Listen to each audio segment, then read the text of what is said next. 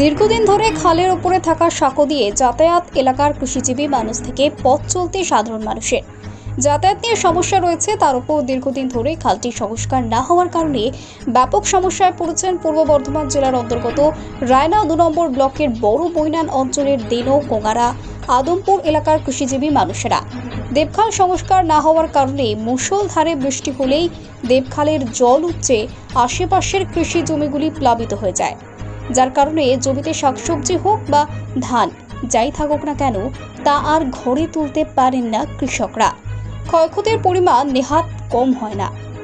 ইতিমধ্যেই রায়নার বিধায়ক থেকে শুরু করে এলাকার জনপ্রতিনিধিরা এলাকা পরিদর্শন করে গিয়েছেন। স্থানীয়রা সকলেই দেবখাল সংস্কার করার কথা জানিয়েছিলেন বিধায়ককে, কিন্তু কোথায় কি এখনো পর্যন্ত হয়নি খাল সংস্কার, যার কারণে ক্ষুব্ধ এলাকার মানুষ এই দেবখাল সংস্কার না হওয়ার জন্য রায়না, হরিহরপুর, কোঙারা থেকে শুরু করে গ্রামের পর গ্রামে থাকা কৃষি জমি প্লাবিত হয়ে যাচ্ছে, ক্ষয়ক্ষতি হচ্ছে কৃষি ফসলের।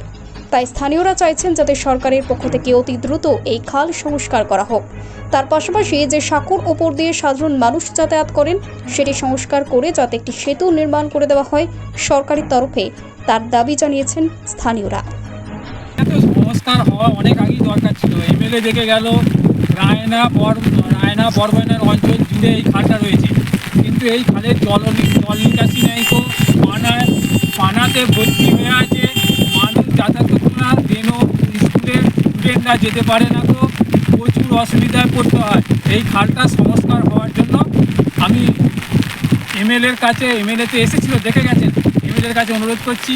এছাড়াও যারা এর মধ্যে আছেন তাদের কাছে উপরতলা পর্যন্ত মাননীয় মন্ত্রীদের কাছে পর্যন্ত অনুরোধ করছি এই খালটা যাতে সংস্কার হয়। আর চাষিদের কি চাষিদের ক্ষতি হচ্ছে, বছরে কখনো জল উঠে গিয়ে চাষিদের নষ্ট হয়ে যাচ্ছে, জমি নষ্ট হয়ে যাচ্ছে, ধান নষ্ট হয়ে যাচ্ছে, ফসল নষ্ট হয়ে যাচ্ছে, আবার কখনো জলের অভাবেও নষ্ট হয়ে যাচ্ছে। এগুলোকে এই খালটা সংস্কার হলে পরে আমার মনে হয় চাষিরাও এতে উপকৃত হবে। বিজুপুর, রায়না, হরিহরপুর, কুমারা এই যাতায়াতের রাস্তাটা ভালো হওয়া এবং এই ছেলেরাও উপকৃত হবে। আমার মনে হয় এটা খালটা সংস্কার হলে পরে সব থেকে ভালো হয়। আর এই খালের উপরে একটি সেতু নির্মাণ হলে আরও ভালো হয়।